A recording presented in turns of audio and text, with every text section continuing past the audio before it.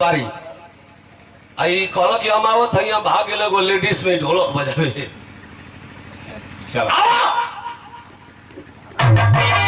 चर्चा बड़ी हो गई है, एक चर्चा आज हमारे उत्तर प्रदेश में हो गई है। नौजवानों के दिलों के धड़कन गगन यादव जो भाई वीर अल्लाह अहिर का सभा संबोधित करते रहे और सम्मान समारोह का कार्यक्रम चल रहा था, जहां कुछ नौजवान गए और अखिलेश यादव जिंदाबाद का नारा लगाने लगे। तो ये अपने में देखा लोग अहिर समझावे वो मरद कहावे। पहले हम सच्चाई को थे, सच्ची बात कभी कड़वी लगती है। पहले हर जात पीढ़ी के लोग अलग हो जाए, पहले अहिरे भाई लो तो सही हो जा लो। सीधा हम कहते नहीं, सबको जोड़िए, सबको एक करिए।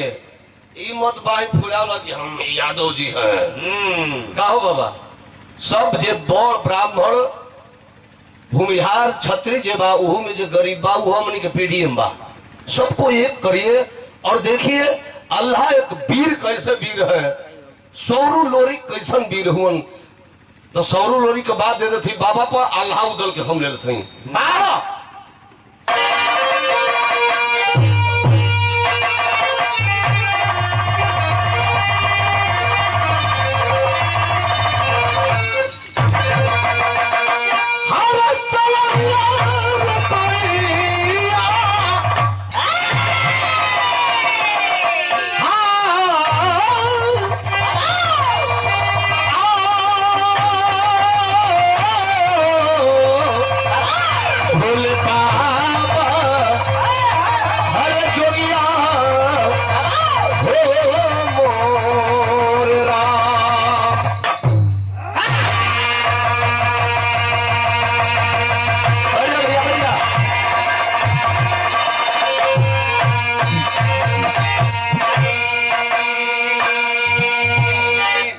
से 20 मिनट समय आप सभी लोगों से हमले ज्यादा रहा। आपका एगो छोटी जी के विधा गाँव है। पहले तो गवैया बाला चाचा हमारे चाचा श्री नारायण चाचा ये विधा के 60 काट जब करे के रहे मास्टर तो झड़ बोले लो कैसे।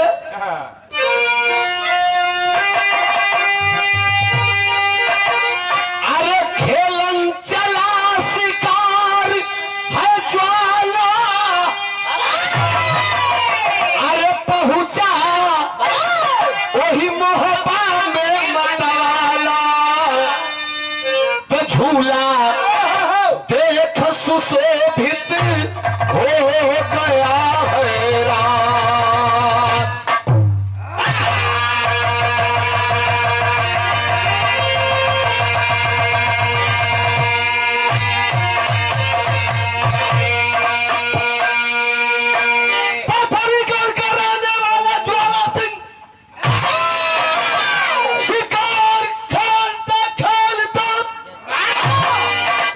महोबा में बड़ी आलीशान झूला देखा है ज्वाला राजा।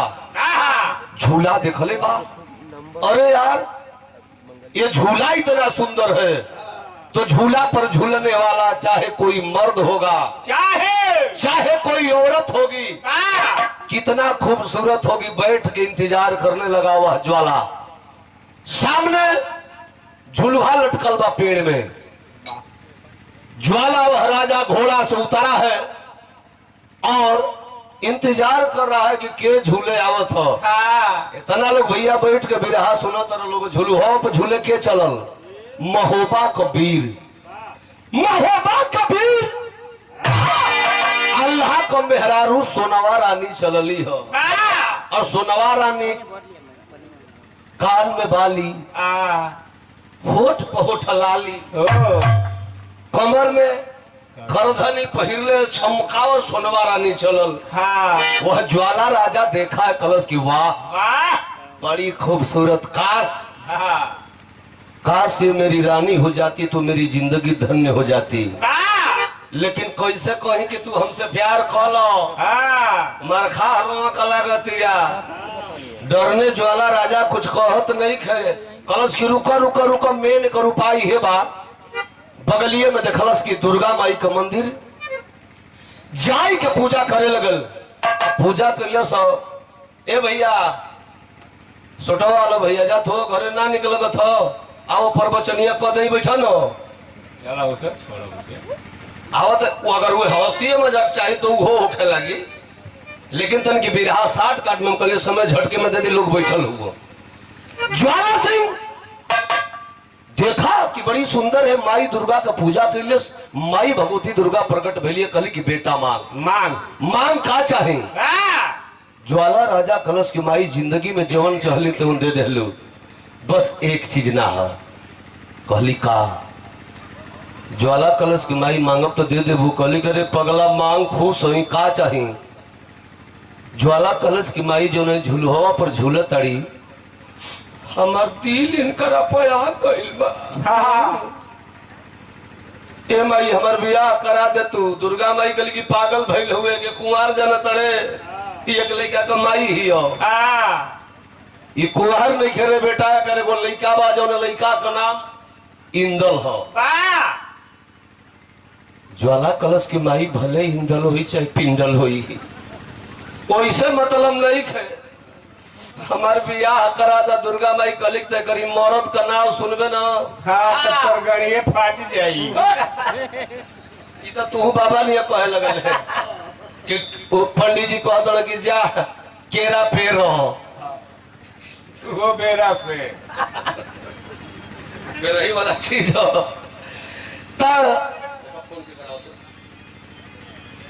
दुर्गा माई कहली कि मर्द का नाम सुनबे बेटा न धोती का फुसटा सरक जाई। कलश के हो कौन वीर धरती पर पैदा हो गई।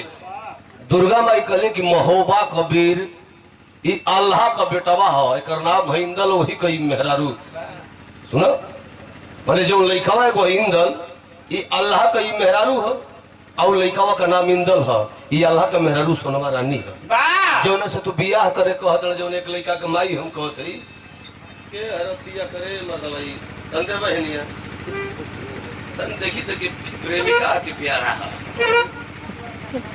हेलो अच्छा अच्छा अच्छा अच्छा हाँ हाँ भैया भैया हम की सब हम घटिया आदमी है नहीं तो बाबा काम करते हैं।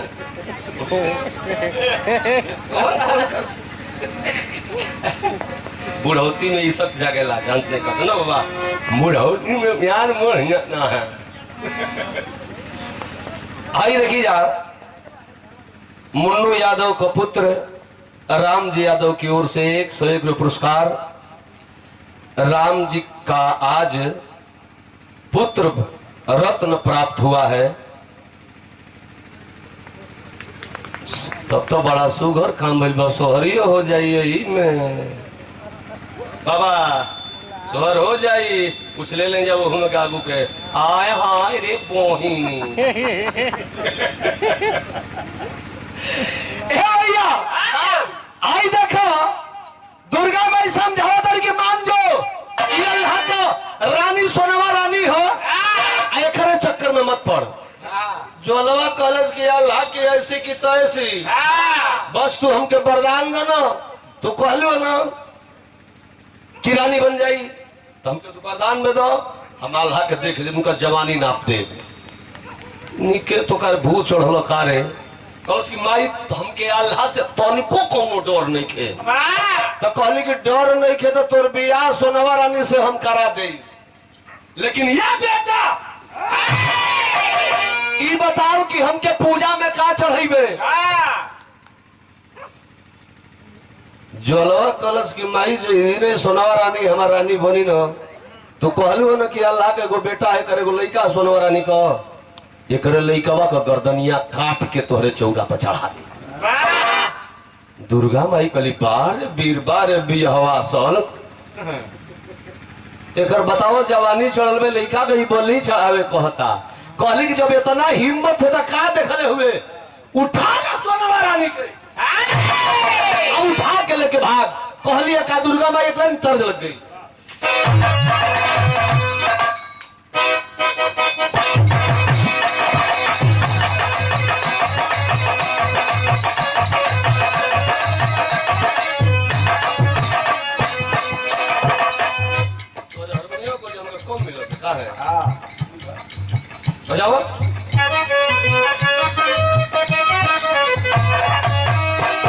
कहते कि अगर वैल्यूम बढ़ा दे कर हारमोनियम तो चाव के धो के दबा लो उ ना होगा शुभम बाबू हुआ दबाला दबाला सोचो मती तुरंत माई बहनी गावेली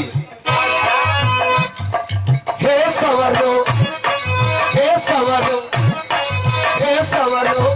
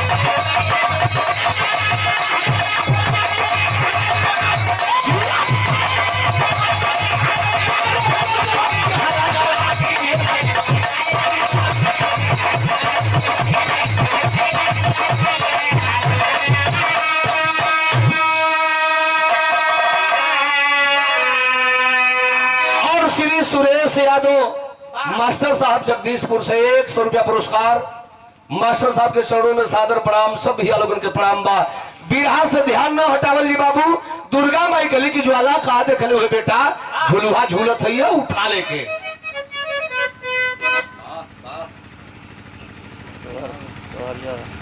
अरे तनी फोटो ले ले शुभम बाबू श्री वशिष्ठ यादव जी पूना के पावन माटी से 501 रुपये पुरस्कार सुंदर ये पुष्पहार आपकी ओर से स्वागत किया गया चरणों में सादर प्रणाम हमारा रविंदर भैया के प्रणाम बा कार्यक्रम तो हर बहुत बढ़िया बा अब पहला बार ये मंच पर फरमाइश भी हो गई कहो पड़े बाबा ये आधा खंड और काइन खंड तनी हो जाओ नहीं तो साला हमने को मन सहका जाता मंच पर चढ़ा तो जब इन लोग तो एगो नौका खंडवा का जो है गाजीपुर में धराई लियो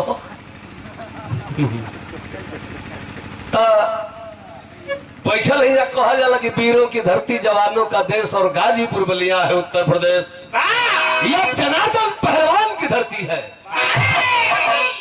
इस सराया का भी माटी पहलवान पैदा करे ले जगदीशपुर का माटी पहलवान पैदा कर ले ये धरती है गाजीपुर का माटी ऐसा है बलिया का कि कबो जुर्मिन का विदेशिहन का ताव बर्दाश्त ना करियस मास्टर दुर्गा माई काली हो कि साथी रचाइला दुल्हन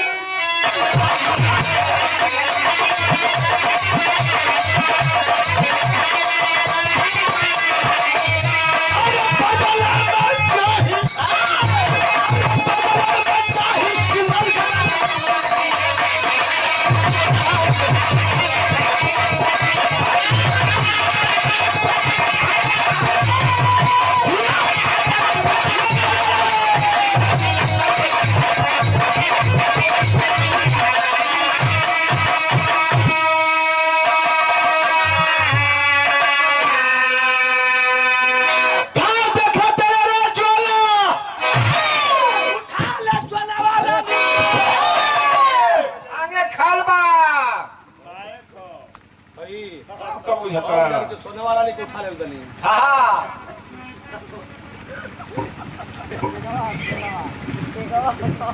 जैसे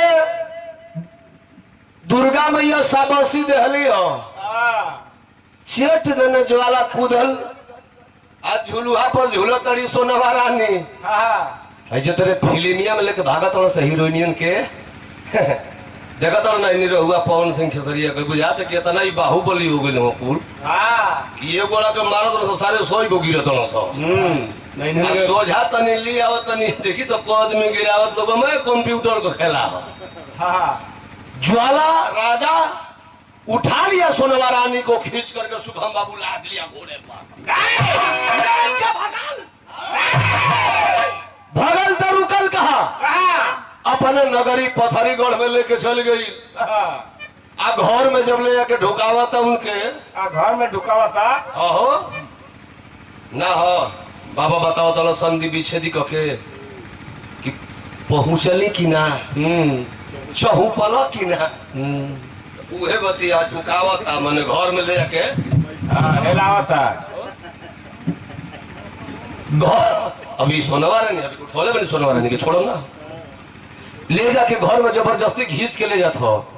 अच्छा ज्वाला सिंह राजा की एक बेटी थी कलश के बाबूजी कैसन में हरारू रखे बता रहा ज्वाला राजा कलश की बेटी तोर पहली माई मुंह गई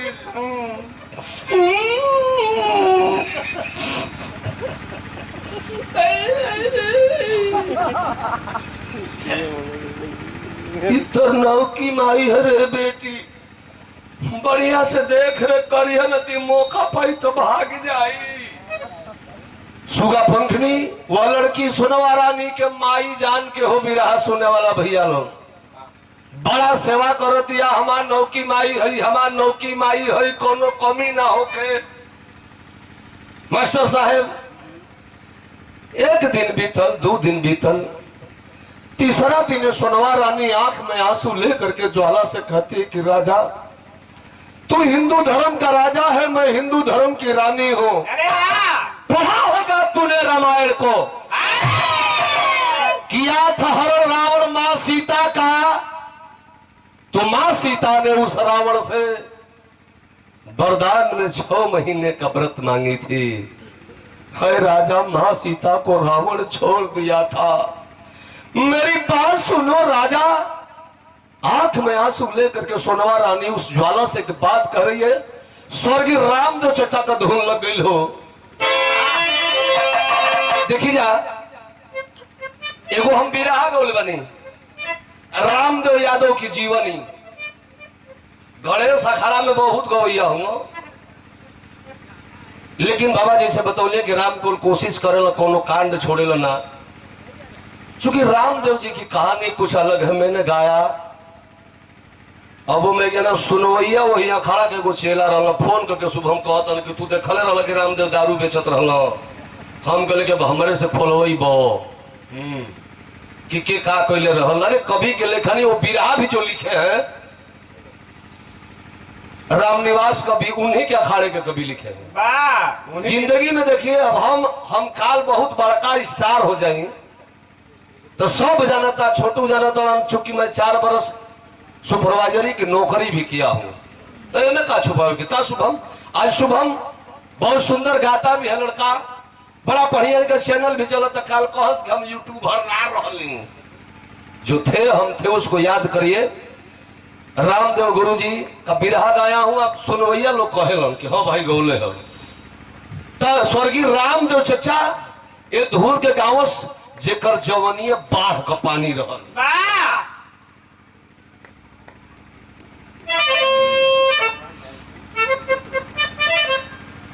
बबलू पहलवान महेशपुर के आप सुपुत्र है होनहार वीरवन का हो तो चिकने पात लड़का का रोह नबे बताओ तक लड़का बाप से बड़ पहलवान हुई।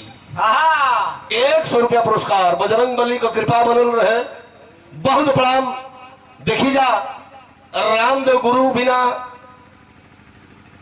बिरहा अधूरा बा का गुरु जी गलती कथ है वो मैं पोहपट बोल रहे हैं कि अगर खड़ी जब रामदेव गुरु बोलस और बिरहा आजोगा वाला तो यही बुझाला कि रामदेव और चंद्रिका गुरु जिंदा हुआ। रामदेव गुरु जी बहुत मेहनत करके ना गावे उनका क्वालिटी रहल उनकी सेम टू सेम क्वालिटी लेकर के नंदलाल भी गाते हैं कम में स्केल से गावस लेकिन होजिया रहल दोहरी। रामदेव चाचा कैसे गावे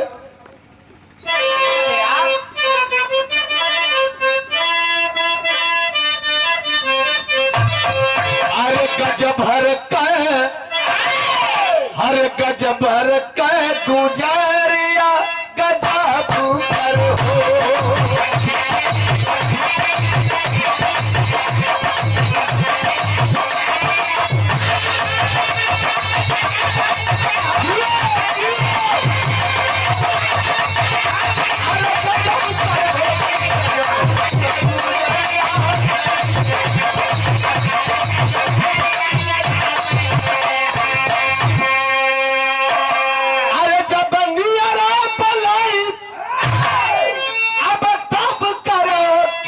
भर का गुजरिया गजब करे हो। तरद रहल लेकिन सोनवा रानी आंख में आंसू लेकर के राजा से कह रही है कि है राजा की बात ज्वाला राजा की बात। और श्री रविंद्र यादव मास्टर साहब की ओर से पुनः 100 रुपया पुरस्कार। चरणों में सादर प्रणाम, सब भैया लोगों के प्रणाम भाई। सही आशीर्वाद में शांति के बनौले नहीं। बिरहा 5-7 मिनट चौरी बचल पहले बिरहा होके तो एगो गवैया गा के एगो गा के जवाब दे, एगो सवाल कर दे। दू बिरहा होके आयो देखे कि बिरहा का नंबर होता है कि गवैया वाला सब उठा तो 2.5 से 3 घंटा रेल देता सा आओ जनता है। बिरहा सुन के घर है तो समय बचत में रहे। आवा रोड में सुनावा रानी कहत बा कि बात ज्वाला सिंह के लगली समझावे सोनवा।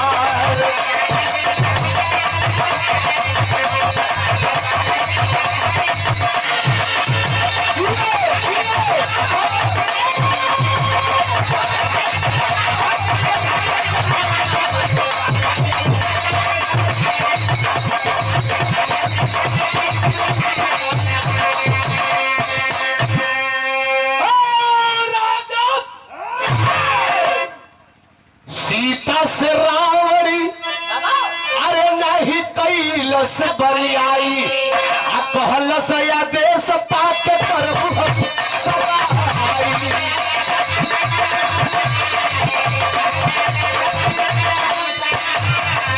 अरे करब छामन व्रत हम लगल ब्रह्मनवार पाती ज्वाला सिंह के लगली समझो सोनवा।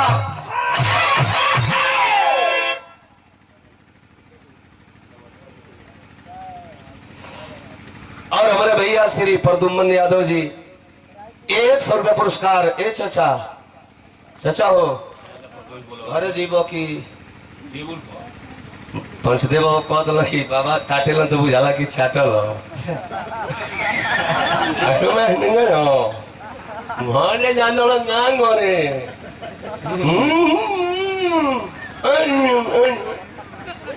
चाचा 5 मिनट बजे जाई के का करबो कुछ बने बिगड़ी है ना बजे सुरती दो बाबा सुरती दो। देखिए हमारा टेबुल बाजे भी भैया जाई शिवरिया महट ये तो तिराहीपुर क्रॉस होखबा लोग तो सड़किया से पश्चिम ओरिया हमार ट्यूबवेल में जहाँ हमार अखड़ा बाबा तो एगो तिराहीपुर का निषाद हुवन सुदर्शन बाबा। तो चूंकि बड़ा बढ़िया आदमी हुवन, खेती गृहस्थी कुछ और रहला काम धाम करके बेचारू करा दिलन मने घर जैसे।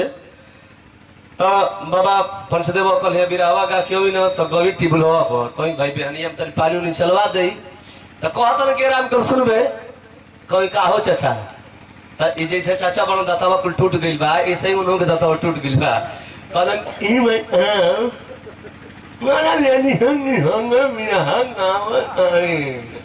हम हां चाचा गावत तो है कनी एगो मीना हम एगो बढ़िया बात आओ हम तो कि चाचा जनिए कि इंदौर मध्य प्रदेश में एगो राणा रघुवंशी जी राजा रघुवंशी उनको मेहरारू उनके लेके गए तीर्थ यात्रा करावे घुमावे मुआ के हमन के गाजीपुर में भाग के आइल धराइल भी नंदगंज की लांगवा कुशपुरी स्टेशन हुआ पर गया साला वो पूछता नहीं बढ़िया कोनो बात बताओ कोई कि चाचा सीता जी के चोराई के जब रावण लंका में ले ये हमारा मार महाभारत में की जाना तरे बढ़िया बात बता हम डराता नहीं कि बाबूजी की उम्र के बाण इनसे हंसियो मजाक करे जो मैंने कहते हम कहले खुदे लोन ठगवैया हम क्या चारू का लाण से खिसी आई रुको हम वैसे नहीं भाड़ी बाबा कह कि ए बाबा जान तड़ा बिरहा एक दिन रहे हमारा पंचदेव पाणे जी का या सावर की लगावा आज सरेजा वाला नहर घ के हमने क्या बता तो पाणे बाबा तो कहला कि राम कल तनी फ्रेश और 16 गाड़ी खड़ा करो सो तो गाड़ी खड़ा कर जा तब पंचदेव बाबा तनी भाई संत गवैया हुआ तो उछल गिलो याड़ा ओरी नाड़ा उड़ी हाँ मुजवानी ओरी हम चल गेली नहरिया से वो परवा आई खुला खुली में गई हम कहीं चला नहीं फैलोर बानिए चल चला कहेंगे कहीं कोनिया गईली तो एगो लइका आवत रहे ओहर से आ ऊ खिला करल चबक के आ इन्हीं से एगो लड़की आवत तनी नाम नाम है कहूँ कि धीरे धीरे दोनों गोड़ा अब हम हूँ तो वैसे बड़ी तो हम हूँ तो अजीब जतन की सारा भाई नया कांड गावे जो कांड करी हो सका हम हूँ सजगे रही कि तन देखी कहाँ जाता हूँ सब अब वो चाचा धीरे धीरे दोनों गोड़ा उखी के बीच में गाँव से कहते कहूँ कि पीछा में चल गो सब वो खिलावे लगे तो हम काहे के बोले देते कहते कि तोहर गाड़ी मरुओ सब ये सारी ये सुनल चाहता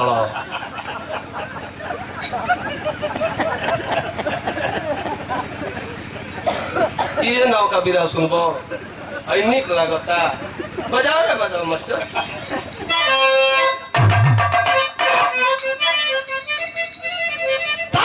अरे बात ज्वाला सिंह के लगल समझावे सोनवा सीताराम वाली बात के बतावे सोनवा रे बात ज्वाला सिंह के लगल समझावे सोनवा। ए राजा हमें भी छोड़ दो ना ये ज्वाला इतना प्यार में पागल बा छोटू भाई कलश करे पगल रावण साला 6 महीना छोड़ले रहे बस तुम वादा करो कि मुझसे शादी करोगी हम तुझे 12 महीना छोड़ देंगे इधर तो न तिल करू की ब्याह करी लेकिन इतना भैया लोग विराह सुनत लोग प्रिय चरित्रम दैवो न जानम सावधानी हटी तो हट दे दुर्घटना घटी अब पहले इतना जना बैठल बा जा जितना जना कि मेहरारू के लगे बड़की मोबाइल बा हाँ ओके छीन ल जा वीडियो कॉलिंग बहुत मत बतियावा जा नहीं तो जान तर लो तो लोग परदेश में कमैबा लोग घरवा रह तड़ी सब तो तुम जानवा कि बाबू माईबा लोग तो ये लोग का जानत न जब मैसेज के वो खनवो खियाव तड़ी सब बतियो तो बड़ी से हाँ लीड अब अभी बात करूंगे हमारे पापा जी खाना खा रहे हैं मैसेज कर तड़ी सब तो बड़की मोबाइल मत दो छोटकी दे दो खाली बतियावे खातिर कहो बाबा भी बात बिगड़ जाइए दादा कोई ने कटैबा दे तो फौजिया कटैल हम लिया वाला देवरिया में विदेशी कटैलन हो एगो सांप से कटौलस हे प्रभु सास दामादे के लेके भाग जातिया कहाँ ने धरती जाई समझ में कुछ आवत नहीं खे दे भैया ज्वाला राजा जाना था कि हमसे ब्याह करी कलश की तुझे 12 महीना छोड़ दूंगा सोनवा रानी कलश की बेटा 12 महीना बढ़ी चलो एक दिन महोबा का वीर खोजत हंस मारी मरी हंस मारी हंस कि पंख फेंक देबा कैसन गील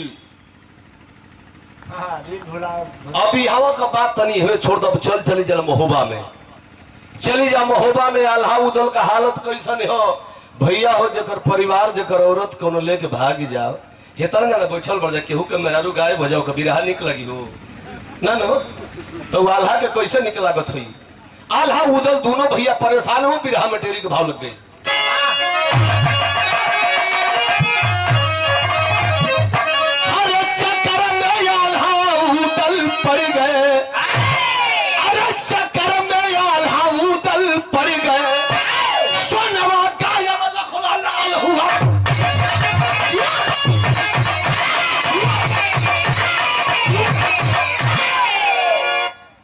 चक्कर में आल्हा उदल पड़ गए सोनवा गायब लखलो लाल हुआ तन जलकर अल्लाह इतना गरम हुआ अपने छोट भाई उदल से कहल कि उदल जेवन सार हमारी मेहरारू के लेके गोइल बाणो मिल जाइयो कि ना मिल जाई हो तो 2 भाग में विभाजित कर दे उदल कहल कि भैया हो जन भौजी के लेके भागल बनो वो कोनो मऊग नहीं खे वो कौनो पीर बा जौन पीर तो के सीधा सीधा चुनौती दिले बा।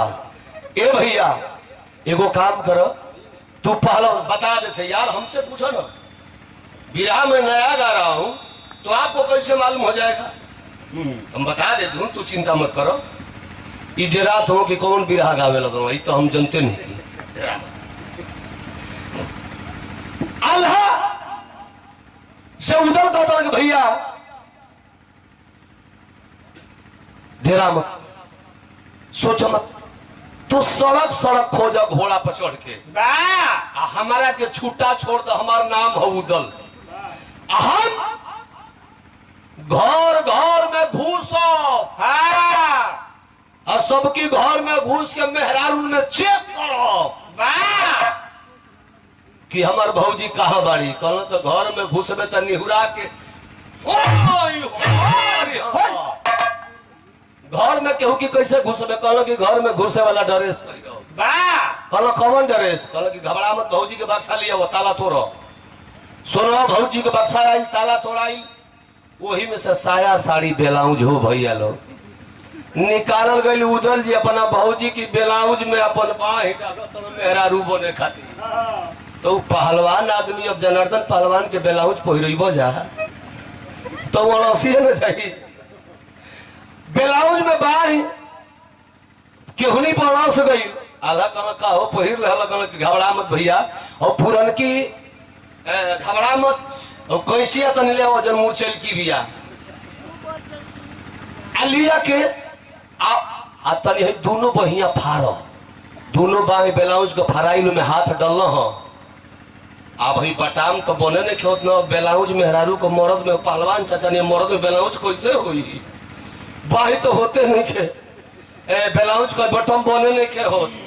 अल्लाह कहो बटमिया कैसे बने? गल कि बे मतलब तू खाली गरमा के बोले ला, और कैंची से बटमिया के काटो, आई 4-5 गो छेदावा बटले बा, 4-5 गो छेद कर दो।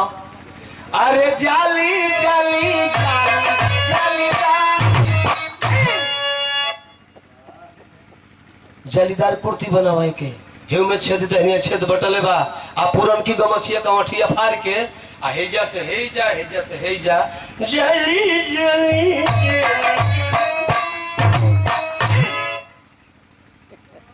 जालीदार कुर्ती बना दीजिए। अच्छा बटाम तो बन गई, रसारी वाली बन गई, ओरचन वाली।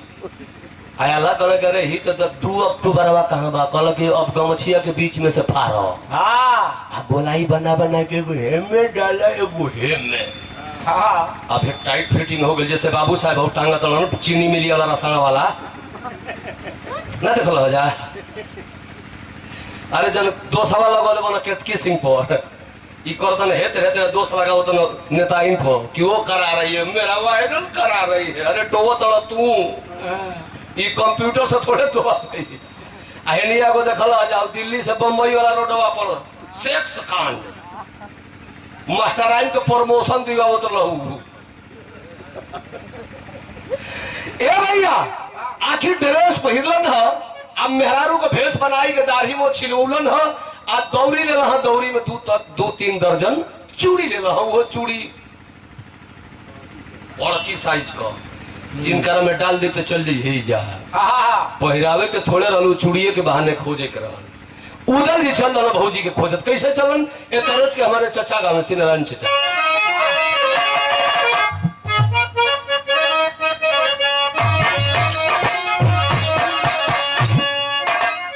हमारे गुरुजी श्रृंगारस का गवैया रहली, बाला चाचा बीरस के गवैया रहले, रामदेव चाचा बीरस के गवैया रहले, बुल्लू गुरु श्रृंगारस के गवैया रहले।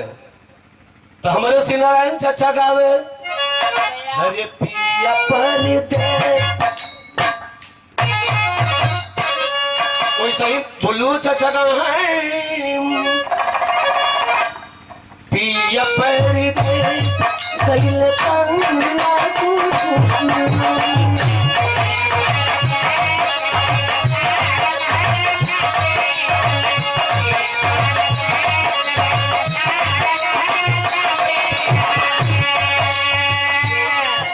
भाव जो बढ़िया हो जाए तो धुन का मतलब ना रहे मास्टर। अरे खैले उदाल खैले उदाल चूड़ी हारी का बेसवा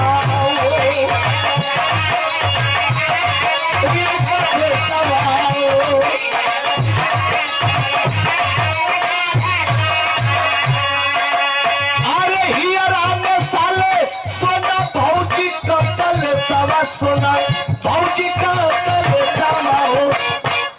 धैले उदाल चूड़ीहार का बेसावा हो। कपार पर दौरी दौरी में चूड़ी चूड़ी बेचत उदल जी चलन हो। जैसे माने जगदीशपुर घूमल एक तरह सराया घूमत, मर्दा घूमत, महू घूमत, कासमाबाद घूमत, मखनूपुर घूमत, बेदभरी पोखरा घूमत, काठवा मोड़ घूमत चल गए। काठा मोड़ से पहले चल गए बौरी में सुरेंद्र बो की घर है।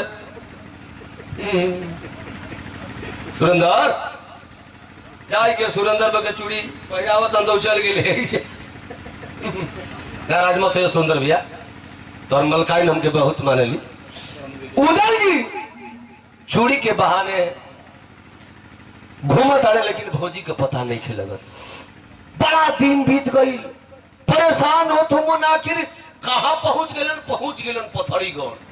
अब पथरीगढ़ में गइलन, कहाँ गइलन? जैसे मकान लौकतिया वैसे ही मकान, वही ज्वाला राजा का सजल मकान। मकान के सामने जाके आवाज लगोलन, कोई चूड़ी पहन ले। मैं चूड़ी पहनाने वाली हूँ। बालन मौरत अब बोलो तो मेहरारू के आवाज में कि मैं चूड़ी पहनाने वाली हूँ। अच्छा राम कुल की आवाज में बेस हम के दोनों बना के बोलो तो बुझा जाए कि मर्द बोलता। सोनवा भौजी अपना देवर का आवाज सुन लली कि ओ हो अरे तू कौन चूड़ियारिन हो मऊ ग्राम, तू ही आके मेहरारू के आवाज में बोलो तड़ा। बगलिया में सुगा पंखनी लड़किया बैठल हो। सोनवा रानी कली के बेटी देखा ना दुअरिया पर कोनो चूड़ियारिन बोलत ये जा आजा उनके ले आओ। तोर बाबूजी किस रात ले आइलो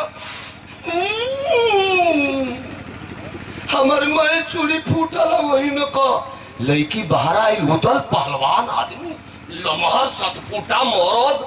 लड़किया ताकत कहते बाप रे बाप ई चूड़ी हारी नहीं हारी की चूड़ी हारा ए चूड़ी हारी हटावो कहो तू कौना चौकी का आटा खालू मारे बहिनी कल से नजरिया अपनी आँखी में माटी डाली लो।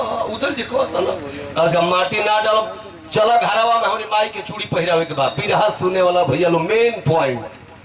उदल जी गई घर में नजर पड़ गई भौजी पर, तब अंतरा तब गईले उदल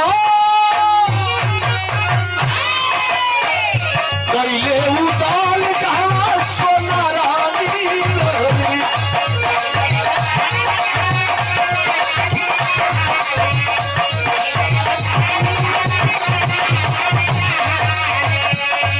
अरे भइल मुलाकात आलो उदल से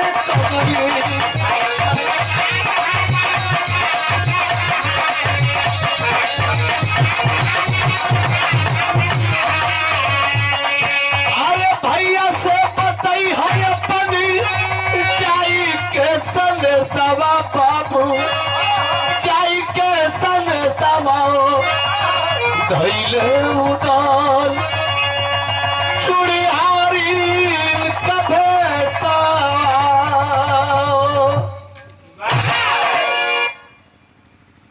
उदल का नजर जब सोनवा रानी पर पड़ल कहाँ करे भौजी हत्यारिन तो बजाल कैसा भाई कि हमारे भैया के छोड़ के आ तू है ज्वाला के घरे आके बाड़ी। सोनवा भौजी कहे बाबू हाँ दादा चुप काट दियो साहब चुप एकदम दबे पाओ घरे भागो। घरे जा अपनी भैया से कह दिया कि भौजी के पता लगौल ही पथरीगढ़ में ज्वाला राजा के घरे भौजी हो, घर के अंदर कह दियो बंद कर बिया। आ जौना दुर्गा का पूजा तू करेलो तोहर भैया करेलो तोहर महोबा को पीर करेलो वही देवी दुर्गा के तोहरों की पूजमान खानदान की देवी के ई ज्वाला राजा तोहरे भतीजवा इंदल के खून पर रुधिर पर मनौती भखौती को के हमर हरण कैले बा। ई ज्वाला का कहा मजाल रहो कि हमके उठा ले रही। सारा खेला रचे वाली माई दुर्गा है। और जबले इंदल का रुधिर माई के मंदिर में चढ़ी ना तबले ए उदल बाबू हम महोबा ना जा भाई। तू चल जाई हम बोलबा मारल जइबा बिरहा सुने वाला भैया लोग। उदल दबे पांव निकल गए अपने साया साड़ी ब्लाउज को फाड़ते फेंकते। उदल जी महोबा पहुंचाना। अब महोबा आके अपने भैया से सारी बात बतौलो। भैया भौजी को पता लगा ले ली, लेकिन भौजी बड़ा खतरा में आई। जबले हमारे भतीजा इंदल तोहरे बेटवा इंदल का रुधिर माई तोहर पूजमान देवी दुर्गा नाले तबले भौजी महोबा नहीं खिया सकत। भैया हेता ना बात कैसे आला बर्दाश्त करिया हो। 100 रुपये पुरस्कार छोटू सिंह भैया, हमारे छोटू यादव पहलवान के आप मित्र हैं, आपकी ओर से छोटे भाई की ओर से स्वागत किया गया। बहुत बहुत आशीर्वाद, सकल पंचलोगन के प्रणाम।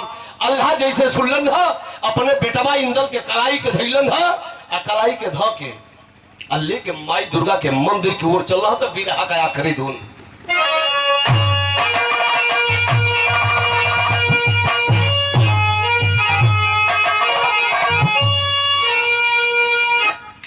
सुना मास्टर। तू अब कबो कबो आजमावेला ना तब बेजगह का मत आजमावा, जैसे धुन में अजमोला अब सही होगा वही पावा।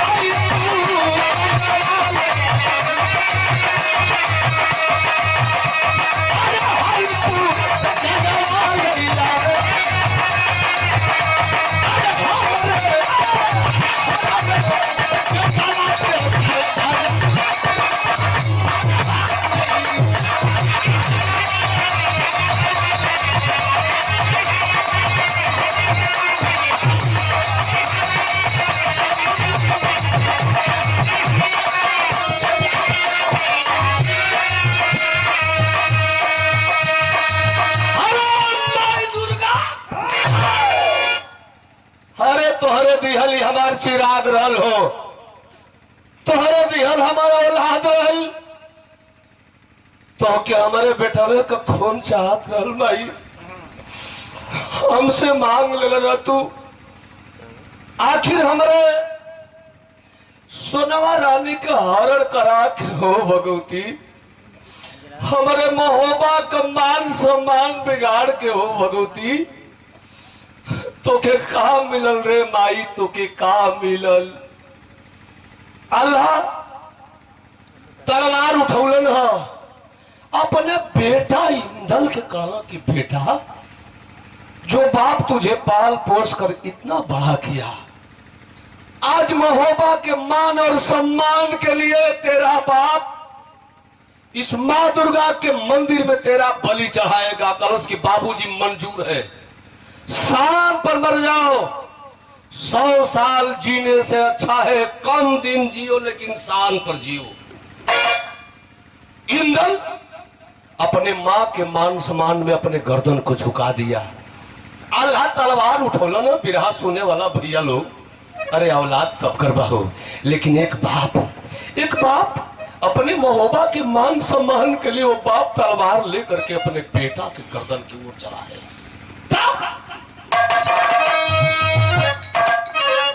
मरल तलवारी अगर तन दिया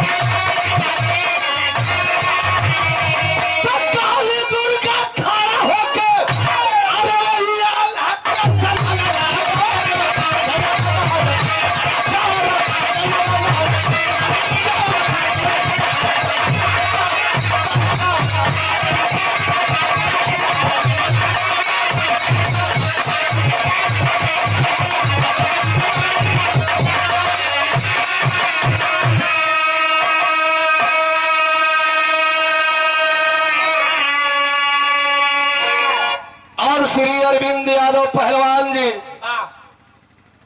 जगदीशपुर अवतार के पावन माटी से 100 रुपया भैया के सादर प्रणाम।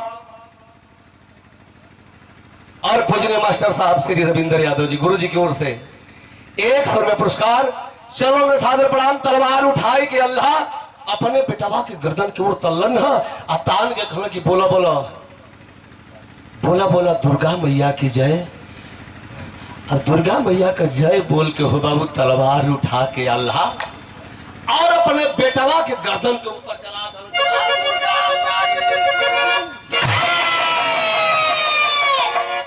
जैसे लुरकिया वाला गावला की मुड़िया गेना नहीं और डगरा है मार देलन तलवार बेटा के गर्दन पर। बेटा का गर्दन प्रभु जी कट गई हो।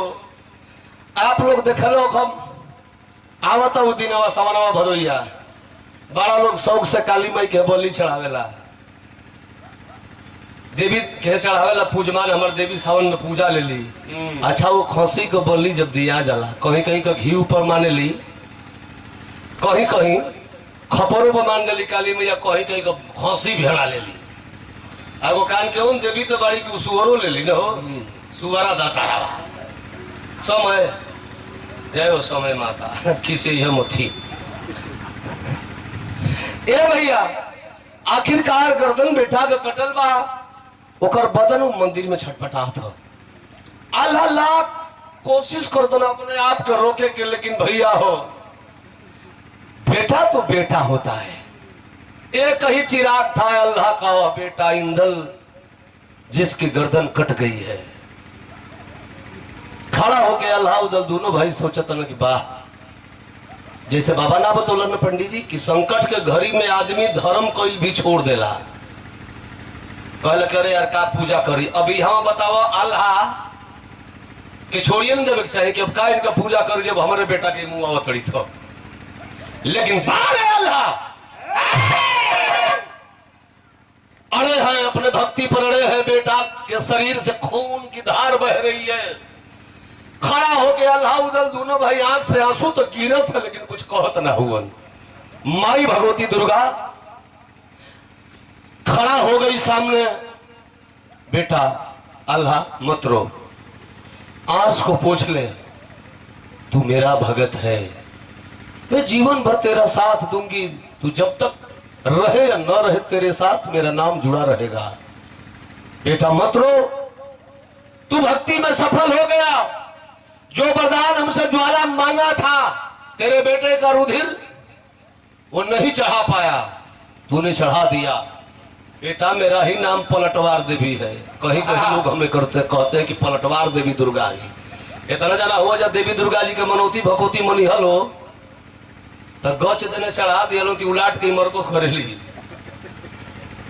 काम हो गया। सोचबा कि चलो 6 महीना के बाद पूजा चढ़ाई तो बीच में खतरा हो जाएगा तो भैंस उसमर जी सोई में तो सावधानी हटी तो दुर्घटना घटी नहीं के नाम है पलटवार देवी।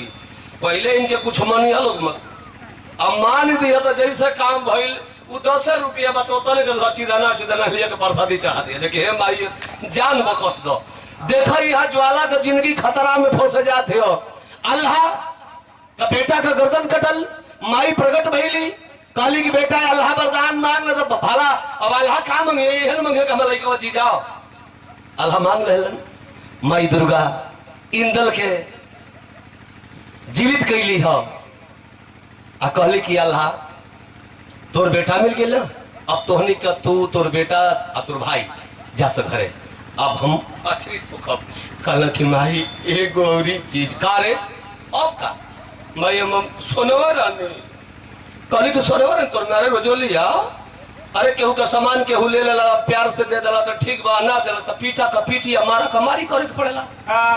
एक तो महाकाल गेम के उनके गेम चलते सजा ले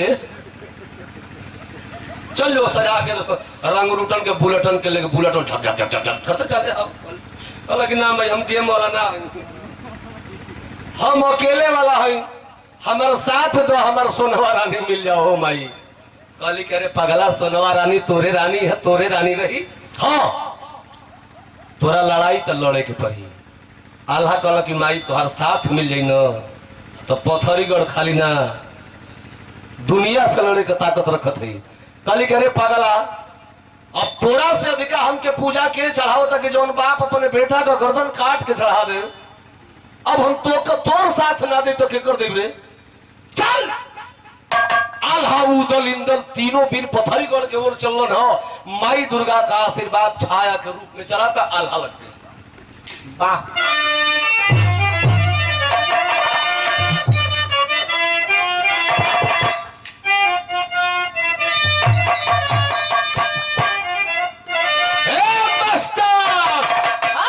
अरे बलिया का बाला चाचा हाला को के गाँव में हो।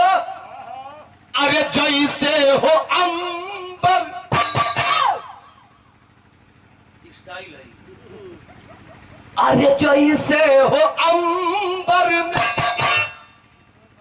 तड़पे बिजुलिया बाबू,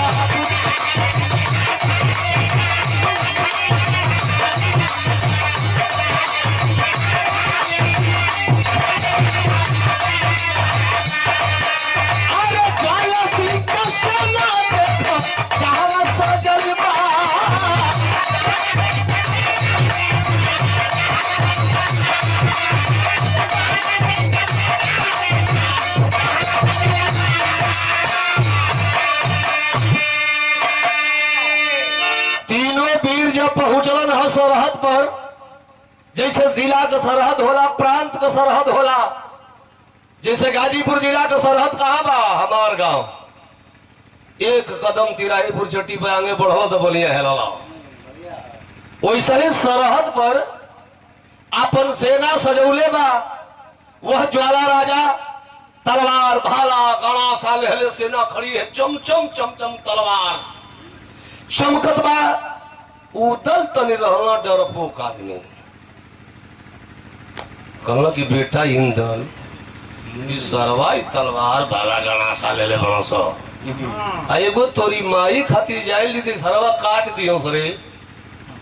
इंदल कलस के चाचा डरा गइल। अरे हमर माई के मतलब महोबा का शान, महोबा का सम्मान, और मेरी माँ नहीं है तो कुछ नहीं है महोबा में। मेरी माँ जाएगी, चचा ही जितना पातर पातर पेड़ खड़ा हो उखाड़ उखाड़ के मारा करी को हिम का लान।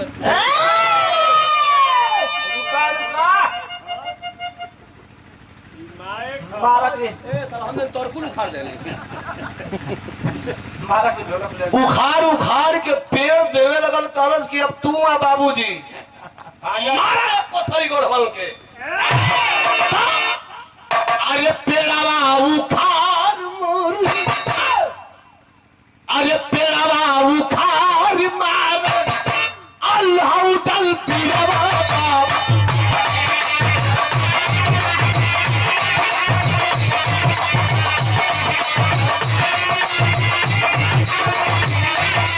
अरे चलो जिनका सोना पूरा कहीं हो पड़ा।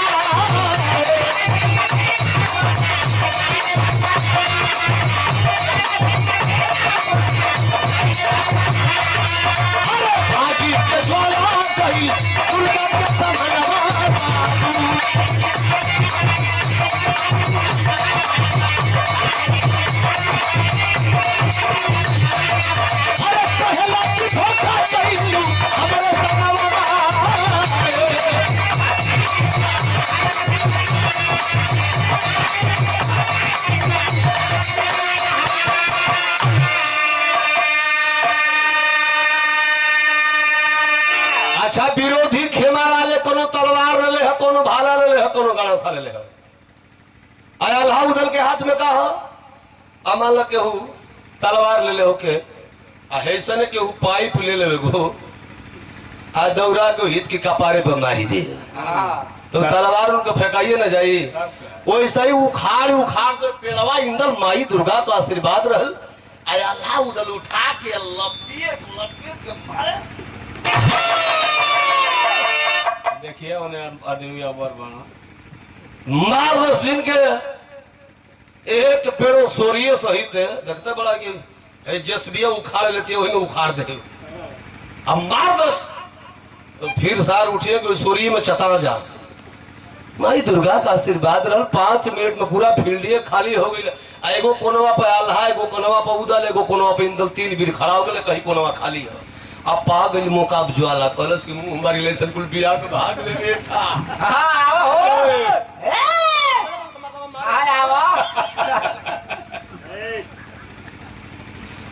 भागल ज्वाला अब भागल तो रुकल कहा वही माई भगवती दुर्गा के मंदिर में जाई के सांस पर सांस लेता कहता भगवती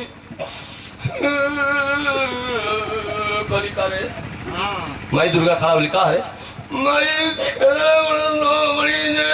गली की तो तोर काम खत्म हो गई बेटा भाग जो कस की नाई यहाँ से ना भागो मरब हे माई हे भगवती तोरे शरण में मरब तू ही वरदान में दिहलू कि तोर सोनवा से बियाह हो जाई दुर्गा माई कहली तो का कहली कि 1 साल की बाद बियाह होई भाग जल्दी भाग जो बेटा तोर काम खत्म भले तू हमार भक्त हुए लेकिन जौन पूजा तू मनले तू ना चढ़ोले वो पूजावा आज अल्लाह चढ़ा देलस अपने बेटा का रुधिर चढ़ा देलस अब हम ओकरी पक्ष मानी अब तो के आज माई के मुंहाई आयो माई कैसे होई लइकवा नहीं रोतई कैसे होई गलती है होई बड़ा बियाह साल ले बड़ा हो जाए बियाह करे के तोर जवानी चढ़ल है आज मुंहाई हाथ जोड़ के कहता कि भगवती केहू तेरे जान हमर बचा दो कहली कि जान बचौला के कहीं उपाय हो तो जान बच जाई सोनवा का हरण कैले तू न कहत कि तो इन कहलू तब न लेके भगली तो कहली कि भगल है त का कहली है न कहली लेके जो चट मंगनी पट बियाह कहली है आओ करी लइकवा का खून चढ़ा दी है न चढ़ोले न तो ना वो सन चानस से न मिलल चानस ना मिलल कि कोई तन बियाह कहली हम तनी सोचनी कि पंडित जी से पतारा देखवा ले तो कहली तो पतारा तो तू ना देखोले पंडित जी से बाकी आज भाग जाके अपनी लड़की का पतारा देखा जाके अब अपनी लड़की का पतारा देखा चल जाए पंचदेव पाड़े के वो जो पंचदेव पाड़े रहा भाई बाबा के नाम ऑफिस में तो श्रीकांत महाराज गा रहा है कली की जाके पंडित जी से पतारा देखवा ले एव ज्वाला आला उदल के समधी बना ले क्षमा क दे नहीं तो गुस्सा वाला हो हमार परम भगत हो हम मजबूरी में बानी वो कही की माई के मुंह आई तो हम कही देव की मुंह दे यहाँ से भाग अब भाग के जाके आल्हा उदल इंदल सोनवा रानी के गोर पर गिर के क्षमा मांग ले अपनी लड़की के आल्हा के हाथ में दे दे जो ना लड़का के तू बलिया देवे कहत रहे कि अल्लाह के लड़का का गर्दन काट दे आज वही के दामाद बना ले तब तो तोर जान बची कस की माई साला जिंदगी हो गई दुश्मन हो तो दुर्गा माई की दुश्मनाई के हितई में बदल ले न तू पाका खाटी रही रे से मार के मुंह यहां सब सुखे डांट के भगौली है का कले खड़ी के भाव लगल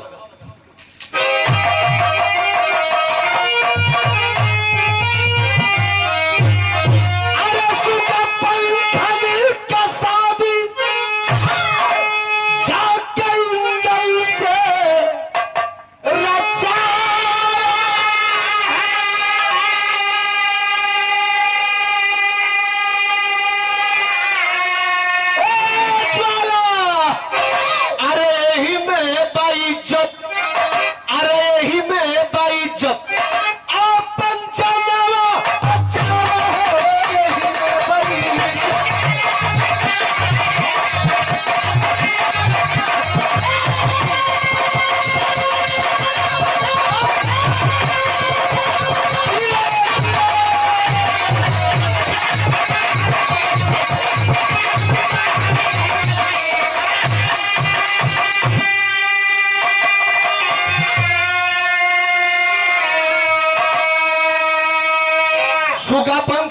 शादी जाके इंदल से रचावा हो, यही में बा इज्जत। अपन जनवा बचाओ हो, जाके अल्लाह उदल सुनवा सबकी गोड़ पर गिर के क्षमा मांग तो कहता कि माई का जने क्षमा मांगी तो वही में धो के खोपड़िया फोड़ दो। कहली कि चल हम आवत तनी, हम देखब कि जे ही अल्लाह तो के मारी हम खड़ा हो जाई। चल तो गुरु का कपात ज्वाला दिमाग में बैठवल, अल्लाह उदल आगे जाके सिरवा झुकावे।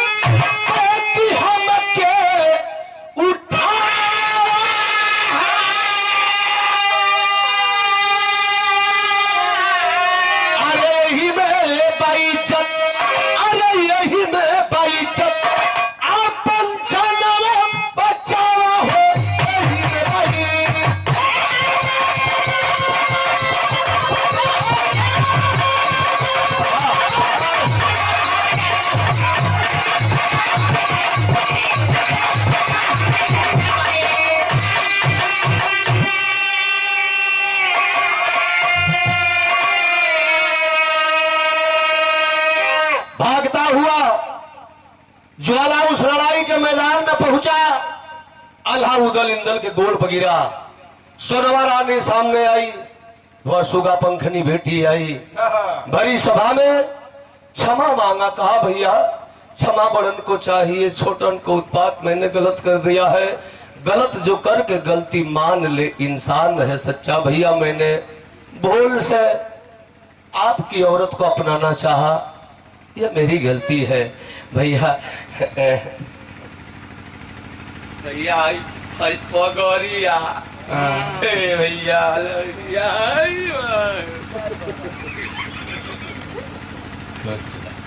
धो के क्षमा मंगलस माई भगवती आप रूप में खड़ा भैली, कहले कि जाए दे बेटा ला